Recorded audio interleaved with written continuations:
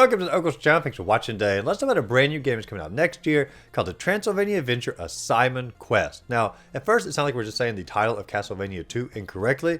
Simon's Quest was a different game with the protagonist being named first name Simon, last name Quest, and as you guessed it, is a complete parody of Castlevania II, but they are borrowing so many mechanics of Castlevania II to make this parody look really, really awesome. You have, of course, the day and night cycle in here. You have a lot of the weapons that are the same. Some of the enemies look like they're lifted like directly out of the NES game, placed into this game, but they're also like borrowing from like a lot of other NES games like Battletoads and DuckTales, and there's probably a ton more that haven't like even been announced yet as far as like what they're sort of, you know, sprinkling into the gameplay here. But honestly, this game looks really fantastic, and it's sort of a shame it's called like the Adventure of Simon Quest, because I think people are going to write it off as like a I don't know, a rip-off as far as like not really a parody, but just simply a cheap version of Simon's Quest. But their goal here is really trying to make a funny game that I think is going to be down a lot of players' alley who enjoy just 8-bit games or Castlevania or just funny games in general. And there's a lot to really dive into about this game.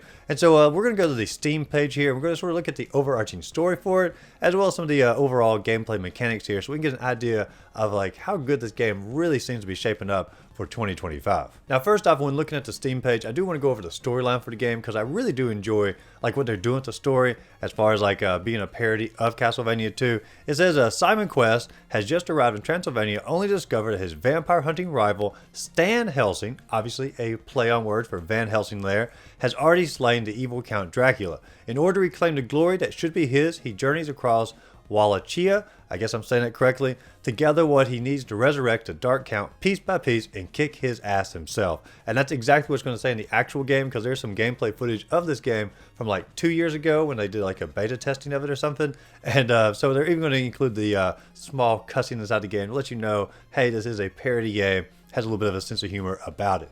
It also says on the Steam page, when talking about the gameplay itself, sequence breaking encouraged. In both the overworld and in mansions, there are plenty of alternate pathways and choices that you can make. You may think every mansion has a linear route, but you'll find there are other paths that you can take to clear them.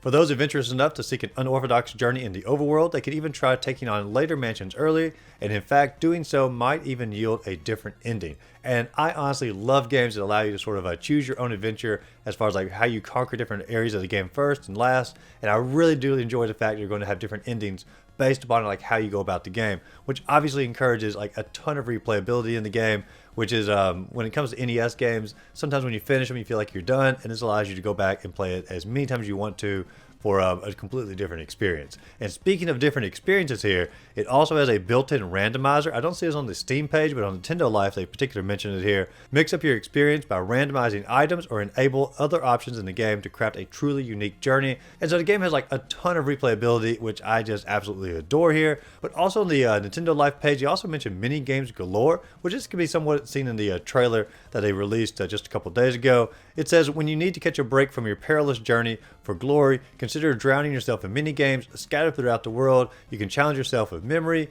roll out in the Krabbin races.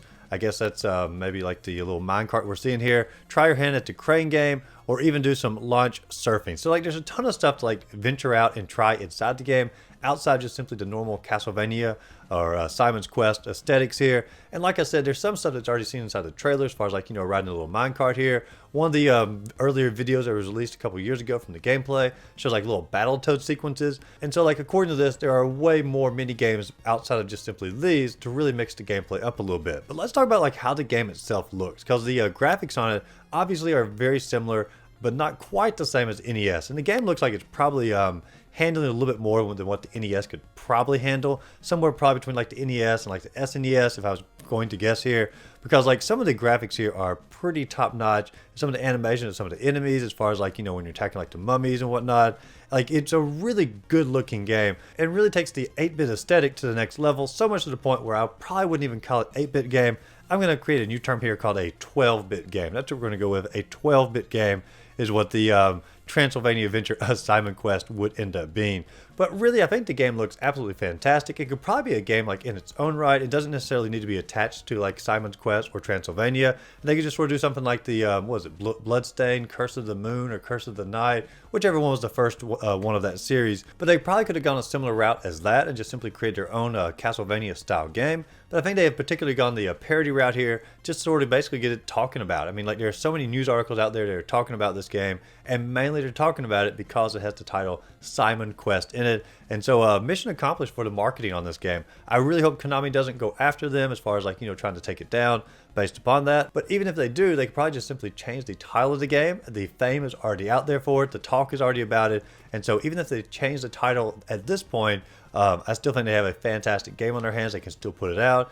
And great marketing from the team here. But it could end up being all the way to the release date, the Transylvania adventure of Simon Quest, which is a pretty hilarious joke in and of itself. And personally, I am going to definitely pick this game up when it comes out because I really do enjoy Simon's Quest. But what do you think? Are you going to pick up Transylvania Adventure of Simon Quest? Are you going to give it a pass? Do you enjoy parody games? Do you think it's too close to Simon's Quest to really count here? Let me know in the comments down below. As always, if you enjoyed the video, be sure to like and subscribe to the channel. Check out other videos listed up above and go out there, find a great game to play. Simply have a great rest of the day.